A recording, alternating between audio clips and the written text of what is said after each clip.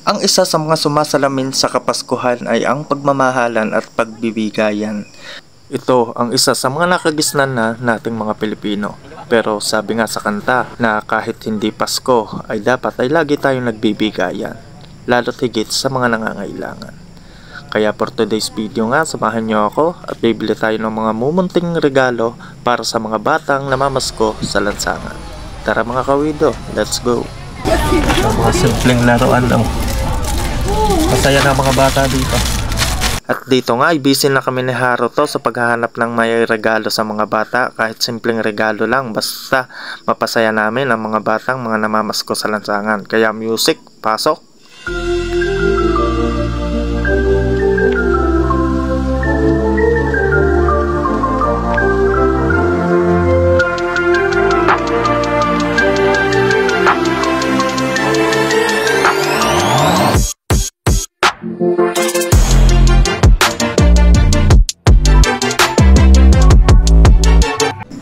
At dito nga ay tapos na kami mamili kaya kumain muna kami ni Haruto. Gutom na gutom ang bata. At kung mapapansin nyo naman si Haruto ay gutom na gutom nga. Ubos kagad ang spaghetti. At syempre nandito tayo sa paboritong kainan ng mga bata. Baka Jollibee yan, Jollibee, Kenemen.